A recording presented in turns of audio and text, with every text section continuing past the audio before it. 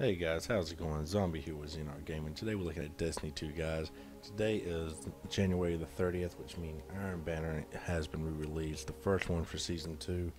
Now while we go through orbit and get to the tower to look at what Lord Saladin has for us, I'm going to go ahead and take a look at the patch notes for the update we did today.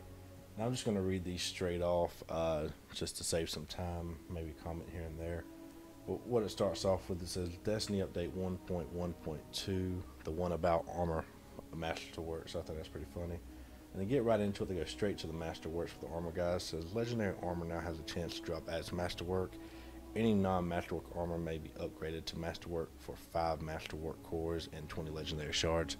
So it's cheaper on the masterwork cores for the armor, not on, than on the weapons, which is pretty good. Could get 3 weapons and 5 pieces of armor. It also says that upgrading the masterwork, uh, may reward the stats of the armor itself. So masterwork armor grants 3% damage resistance while players are in a super state for each masterwork armor piece equipped. So you can stack that up to 15% damage resilience while using your super, which would be great for PvP. Masterwork armor can have a different stat package, heavy, light, or restorative, so we'll have to look at that for more information when it actually comes. From the base armor piece is what it says. Players may rework masterwork armor to randomly assign one of the 3 base packages to the armor, allowing players to re-roll the stat package on the armor piece by piece, kind of like we do with the weapons. Just keep re-rolling until you get exactly what you want. Rework in masterwork armor requires 1 masterwork core and 10 legendary shards, which is great. So you can get 2 or 3 from dismantling sometimes, so that'll give you 3 runs at reworking a piece of armor. And I have around 3,000 legendary shards, so that won't be an issue like many other people. For light weapons, armor masterworks have a higher drop rate from trials of 9 and raid activities, so I really want us to get on those. For this week, Benedict 9940 now has a rotating stock of armor and weapons available each week. To unlock these items for purchase, players must complete the corresponding activity that week. So you have to complete, whatever. You have to complete the raid that week, and then you can buy the armor is what it looks like. Armor encounters drop at least 1 armor or weapon item. So now when you complete each section of the raid, you're guaranteed to either get a weapon or an armor. It used to be guaranteed at the completion, so now you get up to 4. So it's pretty good. Says note the Callus and Reactor escape encounters each drop 1 legendary engram per week. It says completing a prestige version of a raid encounter prior to normal difficulty will drop both prestige and normal reworks while also locking the weekly rewards for each activity. So what that means, guys, if a lot of you guys remember from D1, if you actually went ahead and did the normal raid or the normal nightfall, which the nightfall has not been counted into this, it doesn't seem like, you would go ahead and get an armor set or weapons, whatever it is. Any rewards you got were only on the normal, and then if you replayed on the prestige, you would get rewards as well. But if you initially went through the first time and got all the stuff on prestige, you would get double the rewards, and you wouldn't have to play it through but one time. Now that seems to be what they did on this, and I know that's one thing a lot of us have been hoping for a while. So that's a really, really good thing that they went ahead and did that. Besides that, we're also looking at the next piece of information. Let's see. Sorry, I lost my place. Said the last encounter of raid activities has a chance to drop a new exotic ghost exclusive to the Leviathan. So that'll be pretty good. I'm not currently sure what the stats are for this, but I'm curious to find out. Raid armor has unique mods that only function within the Leviathan raid. Now for this, guys, I already read some of that information. And there are probably different ones, but the ones that they demonstrate on the website for the update information they gave last week is an additional 25% for stat bonuses throughout the raid. So you can have either solar or arc or void, and throughout the raid you will have those benefits for that class as long as you have that on your armor. So I'm wondering that'll probably stack up to 3 times. I'm not sure, but if that is the case, that'll be an additional 75%, which will really help out for raids on prestige. Let's see. Raid armor has, that raid mods can be swapped at will for the cost of 1 raid token. So the currency for this is just 1 raid token. That's nothing. That's one thing we've all gotten abundance of going through the raid as it's been going already. Existing raid armor already held in inventory will automatically have the option to equip mods. So you don't have to acquire new pieces of the equipment. The old ones have been updated. All rated encounters now have a chance to drop an exotic war, so that's pretty good as well. Some sandbox fix they did was with the Promethean lens. It says the flame refraction perk now generates ammo instead of pulling from reserves. This increases the base damage. A lot of people have been worried that this is going to bring back laser tag, but I'm pretty sure, or at least I'm confident and hoping that they've compensated for that and we're not going to see that issue this week.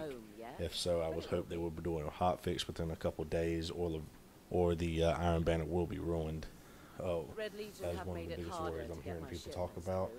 Lucky Pants now fixes an issue where the illegally modded holster perk could provide infinite ammo. Ophidian's Aspect fixed an issue where the Cobra Totemic perk did not function properly when using weapons with a quick draw perk. The I'm Alive said revisited perks of the Earth Eater grenade launcher to include a second trait perk, moving target. Also remove the augmented drum and high velocity round perks. I tend to believe him. And they also fixed an issue where grenade projectiles could remain indefinitely after being hit by Telesto in the Crucible. So that's interesting. Activities, they fixed an issue where warp gates did not always function when players were completing heroic Mercury adventures. I know I ran into issues this time while I was stuck in areas and I had to fast travel. Wasn't that big of a deal, but I do know it was annoying when I couldn't get back and it was telling me to go back through that method. Revisited the description for the heroic adventure depowered modifier to correctly state that grenade damage is decreased when the modifier is active. Revisited the description of heroic Mercury adventures to properly state availability, and players may play in 3 heroic Mercury adventures on a given day. Each heroic adventure may be played once per twice weekly reset. That's interesting. Heroic adventures are no longer automatically selected at weekly reset as well. It says Mercury challenges are now available during adventures. Fixed an issue where new characters created after the release of Curse of Osiris will not receive the Flashpoint milestones. That was an issue for any new players starting season 2. Fixed an issue when scannables for faction rallies were not properly appearing during faction rally events. Trials of 9 now properly shows requirements when the featured map requires Curse of Osiris ownership. They also revisited, revisited the Lost Sector reward throttle from 10 minutes to 5. For those of you who may not have been in 2 weeks ago for the faction rally, there was an issue with the previous faction rally where people found a glitch allowing them to farm hundreds of tokens an hour by jumping in and out of an area on Earth where the Winding Cove was, and they wanted to fix that so you could not get more than you cannot loot more than 2 lost sectors in 10 minutes. Where this dramatically slowed down the process, removing one of the methods and making people play even less when it came to the actual lost sectors themselves. So they brought that down to 5 minutes, which is reasonable. I'm sure it's still twice within that time limit before it resets. So it gives a very small wait time between. So that's a pretty good fix. Fix an issue where players could no longer progress during the final encounter in the Tree of Probability Strike. Did not run into that one. For the user interface, they fixed an issue where a core would display a waypoint error. Players in social spaces will receive notification when their postmaster lost and found is full. That's pretty good. I know there was a few times I wasn't paying attention and I lost some pretty good items because mine was full. I did not know. Chest waypoints now properly appear when using scout reports on Mercury. Colorblind setting now apply to elements of the Gauntlet encounter of the Leviathan raid. Armor offered by Brother Vance now displayed mod slots when previewed in the vendor inventory. They go a little bit further, guys. Sorry. Good ones are yet to come. It says, fixed an issue where players would see incorrect level up user interface when leveling up alternate characters from level 21 to 25. I did not have an issue with that. Auto rifles now correctly display perks when players are previewing weapons within the vault. Adjusted the display order of gear sockets to mod shaders, etc. And the item detail screen to be more consistent. It says, increase the dismantled timer for Masterwork cores. That's pretty good. Masterwork weapons and armor now display gold border when being reviewed in the Postmaster Lost and Found. I thought they already did. Maybe it wasn't good enough. Maybe they just thickened it or darkened it some more. Crucible players will now be properly notified when power ammo is acquired from the cave area of Radiant Cliffs. Now here's the rewards, guys. This first one's really good. It says reduce the amount of XP required to earn an illuminated Engram from 160,000 to 120. So that's a 25% reduction in the experience required. The Crossroads emblem correctly displays within collections for players who have earned the emblem. Character models no longer flinch when spawning in the social space with spawn effects equipped. It said updated the name of spawn effects to properly reflect their in-game appearance. So the gold spotlight effect is now the yellow spotlight effect, and the blue class signal effect is now the purple class signal effect. Sigil. The new Monarchy helmet ornament icon now displays the correct helmet. For those of you that didn't know, it was did not look or did not match the helmet properly. It says the new Monarchy cloak now displays the correct imagery for female hunters. Fixed an issue where the future War Cult gauntlets would display floating geometry. Gunsmith Engrams correctly grant weapon foundry shaders once again, and fixed an issue where 3 of coins was not increasing the chances for exotic rewards when players were completing public events on Mercury. Well, the thing keeps going, doesn't it? Heroic Strike completion now has a greater chance of granting exotic rewards. Fixed an issue where Curse of Osiris strikes were not properly granting clan Engrams when featured as an outfall activity, and Arset 99 will now offer Gunsmith Engrams to players who have reached level 20 but have not yet completed the Red War campaign. Most people are grinding to the level acquired then running through it, so that is a pretty good thing for those who haven't gotten through it, but at the same time I believe most people just try to sprint through campaign whenever they can. Last section, guys, sorry it's taking so long, but they have done a lot of updates for this time around. Says for the miscellaneous area, Gleaming Boon of the Vanguard price reduction from 350 to 250 bright dust. So the Gleaming Boon of the Crucible has reduced from 750 to 600. Fixed an issue where challenges were not appearing within quick play. Fixed an issue where Masterwork cores and mod components were not being forwarded to the Postmaster Lost and Found, so I'm guessing some people just lost that stuff. Fixed an issue where D2 could crash when players were changing much quickly. I know I like to do that from time to time when I'm just messing around. They also said fixed an issue where players could not interact with vendors after fast traveling to a social space. Yeah, every once in a while I've come here and I've had to leave and come back because it's an empty area and they won't let me talk to anyone. Fixed an issue where the belt on Lucky Raspberry was not properly attached to the character's model. Fixed an issue where some Sparrow contrails could obstruct player view. That's interesting. Fixed an issue where the get up and sneaky emotes could not be in the player inventory at the same time. Okay, now properly acknowledges player accomplishments during Mercury Flashpoint. Weeks when granting the Flashpoint Engram rather than asking the player about the weather on Io. Fixed an issue where Zavala would display the wrong text when granting players awards from the Heroic Strike milestone. So guys, like I said, I'm sorry that has been 15 minutes. if you just skipped to the video, I'm going to put I put one at the beginning to kind of show people so they can skip. So if you're just getting to this area, you're skipping ahead, I do not blame you. I mean, that is, wow, 15 minutes to get to see what we have new here. So we're going to go and look at what the new stuff is for this week, inventory wise.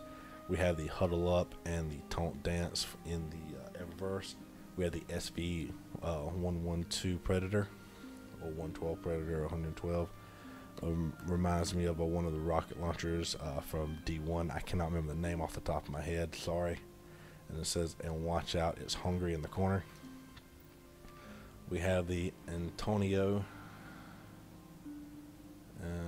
Not a bad looking ship. Just a rework of the original. We have two of the two ornaments, of course, and we also have the Fast Lane Shell. Your vehicle takes less time to summon and reload your weapons while you ride. Generate gunsmith telemetry data on any elemental. So that one's okay, I guess, but you can get that respawn perk on a lot of stuff already, so I don't know if that's worth actually spending for. Next, what everyone's really waiting for this week, we have Lord Saladin, of course. I'm going to go ahead and see what he has for us this time around.